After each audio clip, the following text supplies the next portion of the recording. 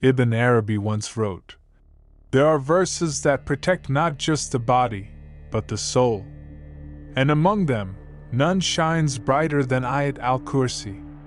He taught that this verse was not merely recitation, it was armor made of light. It was the throne of faith, the boundary between fear and peace, between chaos and divine order.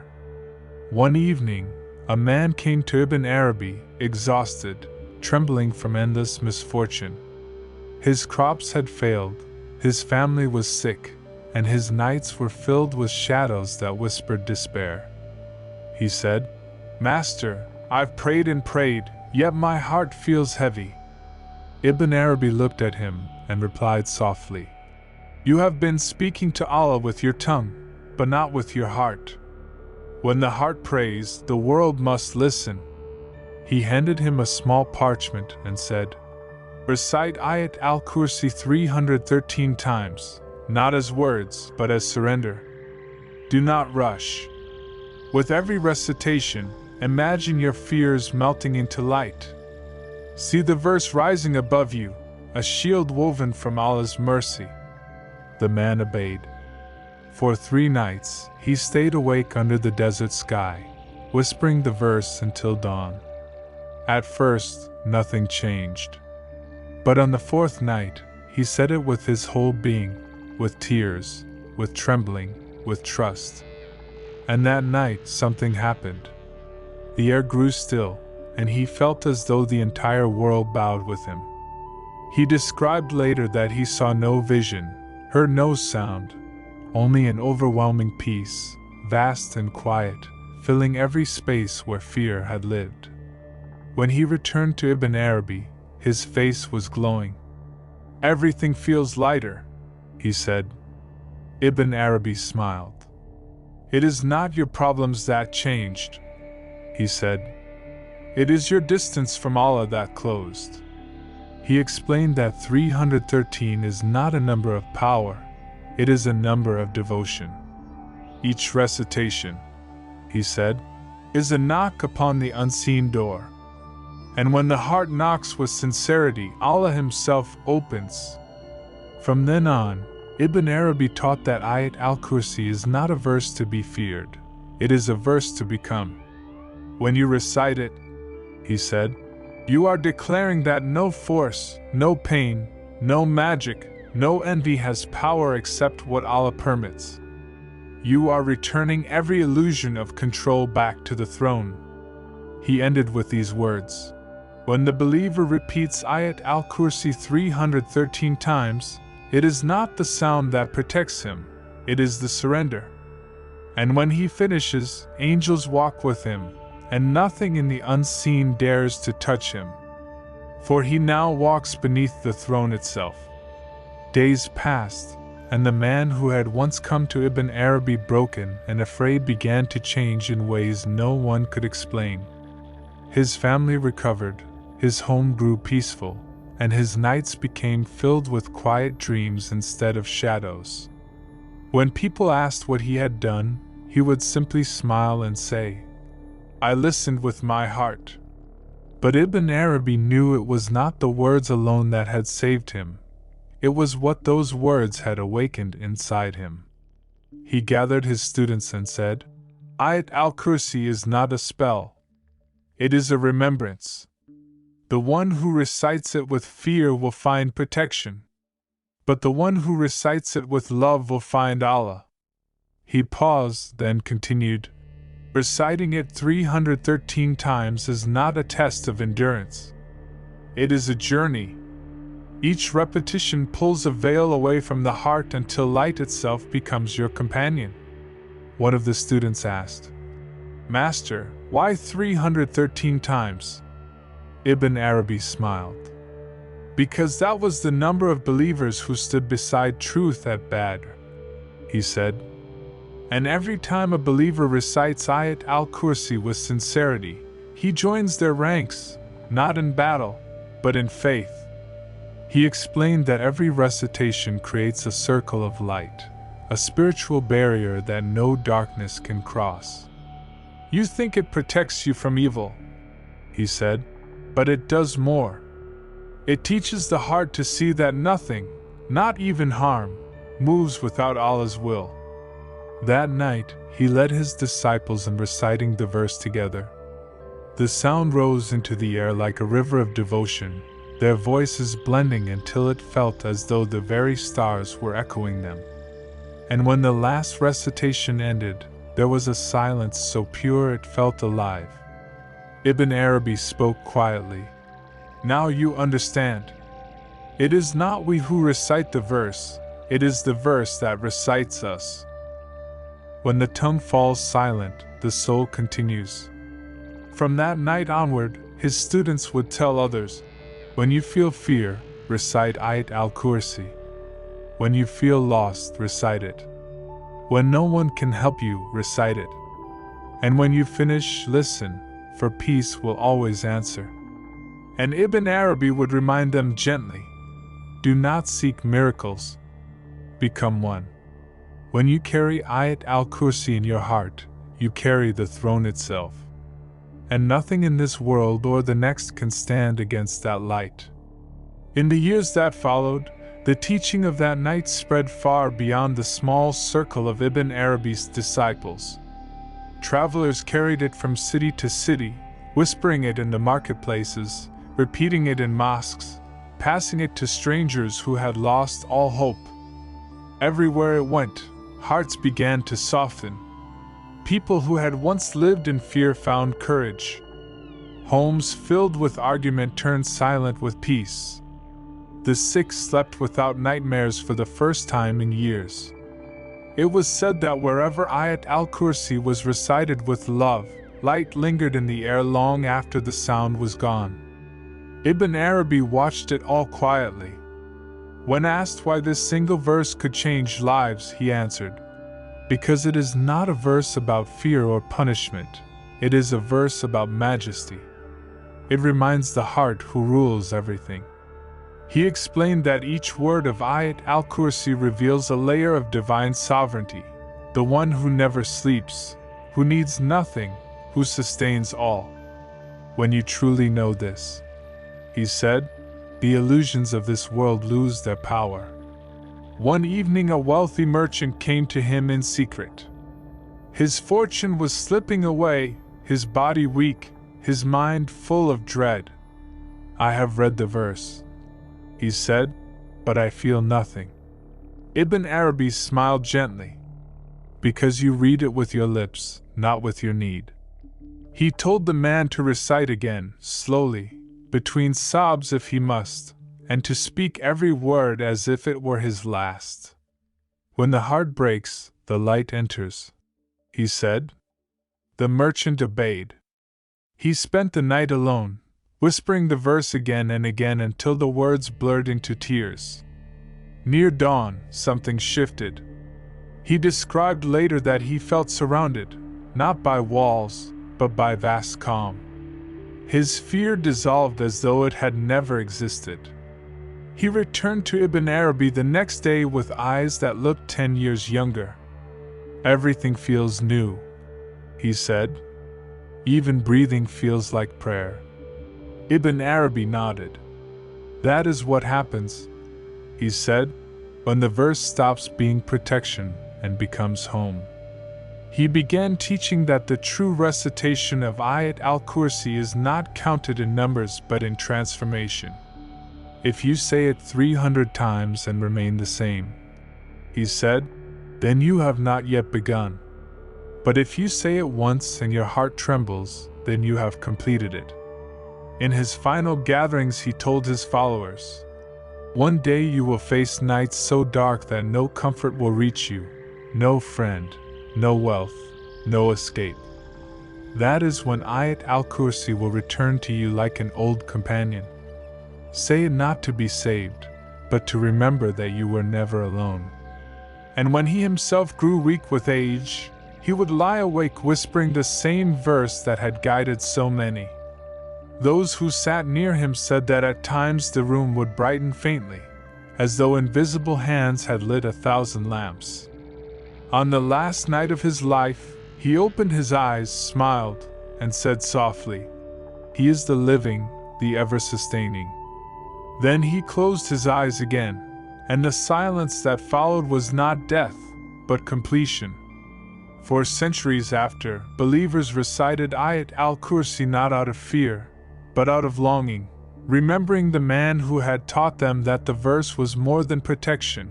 It was a meeting, a return, a door of light that never truly closed. After his passing, the legend of that final night spread like wine through the lands of Andalusia, Mecca, Damascus, and beyond. People spoke of Ibn Arabi's final words, "He is the living, the ever-sustaining," as though they were not the end of his life but the beginning of something unseen. Those who had been with him swore they felt a light rise from his resting place, soft and warm, drifting upward into the desert night until it merged with the stars. Years later, a traveler passing through Damascus claimed that when he stopped to pray near Ibn Arabi's tomb, a cool breeze swept through the courtyard, carrying with it the faint sound of a verse, not from any living voice, but from the air itself. It was Ayat al-Kursi. He said it felt as if the world itself was remembering. The disciples who remained never stopped teaching what they had learned from him. They gathered under moonlit skies not to speak of death or loss, but to continue his dhikr. When they recited the verse together, the same peace returned, deep, wide, endless. And one of them whispered, "He told us that whoever lives by this verse will never truly die." Over generations, this teaching grew into a tradition among those who sought Allah not through fear but through love. They said, "Recite Ayat al-Kursi when you are in danger, and you will be protected. Recite it when you are afraid, and you will be calmed. Recite it when you are lost, and you will find the path within. But recite it when you are grateful, and you will see the gates of heaven open even before the next life." In every century, there were those who experienced what Ibn Arabi had promised. They told of moments when, after the 313th recitation, the air seemed to shimmer with light, not a miracle to be seen, but a certainty to be felt. The sick would recover. The heartbroken would sleep in peace. The lost would find guidance from directions they never imagined. But those who understood him best never spoke of miracles at all. They would simply smile and say, "When you recite Ayat al-Kursi, you are not asking Allah to come to you, you are remembering that He was never gone." And so it was said that every generation would rediscover this secret for itself, that the true power of the verse is not in repetition, but in realization. That to whisper its words is to remind the universe, and your own trembling soul, of one eternal truth. There is no power and no protector except Allah, the living, the ever-sustaining. And perhaps, even now, when a believer somewhere in the world whispers Ayat al-Kursi beneath their breath, a faint light flickers across the unseen, the same light Ibn Arabi saw that night, still traveling through hearts, still opening hidden doors, still whispering. You were never alone. You were always beneath the throne. Centuries passed, yet the remembrance did not fade. The voice of Ibn Arabi lived on through the hearts of those who carried his teachings, passed not by ink but by breath. In small gatherings under starlit skies, believers still recited Ayat al-Kursi the way he once had, not as a ritual, but as return. Each syllable was a step back toward the divine, each repetition a heartbeat in rhythm with eternity. It was said that in Mecca, long after his death, a scholar dreamed of him. In the dream, Ibn Arabi stood by the Kaaba, his face illuminated like a soft dawn. The scholar approached and said, "Master, tell me, after all these centuries, what remains the greatest act of worship?" Ibn Arabi smiled, and his answer was the same as it had always been: remembrance. Because remembrance is love, and love is what survives death. The scholar woke in tears and spent the rest of his life teaching that the true wealth of a soul is not knowledge or power, but the nearness that comes from remembrance. Those who loved Ibn Arabi's path began to notice something. Wherever the verse was recited with sincerity, strange peace would follow. Houses once heavy with grief would lighten. Travelers lost in the wilderness would find their way home. And those who had given up hope would wake suddenly in the night, hearts beating fast, hearing the words of Ayat al-Kursi in their dreams. They would rise, recite, and find calm before dawn. People began calling it the echo of the throne, the silent pulse that connects all hearts that remember. And so, from Andalusia to Cairo, from Damascus to Delhi, the teaching lived on. Even those who never knew Ibn Arabi's name still carried his light each time they whispered the verse before sleep, each time they felt protection surround them in unseen ways. Generations later, a mystic wrote in his notebook, "When I recite Ayat al-Kursi, I feel as though every angel that ever guarded a believer stands beside me. I do not see them, but I feel the air tremble with their wings. And in that trembling, I remember, Allah is near." And this is what Ibn Arabi had meant when he said, "Those who live by this verse do not just speak it, they become it." For the verse is not only protection, it is identity. It is the reminder that all light, all strength, all healing comes from the one who never sleeps, never tires, never leaves. They say that even now, when the night is long and a heart somewhere recites Ayat al-Kursi with tears, the unseen world listens. The winds still carry the same whisper through time. He is the living, the ever-sustaining. You are safe beneath his throne. And though the body of Ibn Arabi returned to the dust long ago, the sound of his voice remains, not in the air, but in the rhythm of remembrance that beats within every heart that believes. For his story, like the verse itself, never truly ended. It only became part of the light that travels between worlds, forever calling to those who have forgotten. Recite, and you will remember. Remember, and you will see. For beneath every hardship, beneath every shadow, the throne still watches, and Allah is nearer than breath. And so, the story reached its end. Not an end of silence, but an end that returned to its beginning, where all things began, remembrance. The sands that once carried Ibn Arabi's footprints have long shifted, the voices of his students have faded into the wind, yet the light he spoke of still moves, quiet, unseen, eternal. It passes from the lips of one believer to another, crossing generations, hearts, and languages, carried by a verse that no time can erase. They say that when a servant of Allah whispers Ayat al-Kursi in the stillness of night, the heavens lean closer to listen. Angels draw near, and the darkness itself retreats, not out of fear, but out of reverence. The verse rises like light breaking through a storm, weaving itself through the air until it becomes part of everything, the breath, the heartbeat, the silence. That is the secret Ibn Arabi tried to leave behind. That protection is not granted to the one who merely repeats, but to the one who remembers.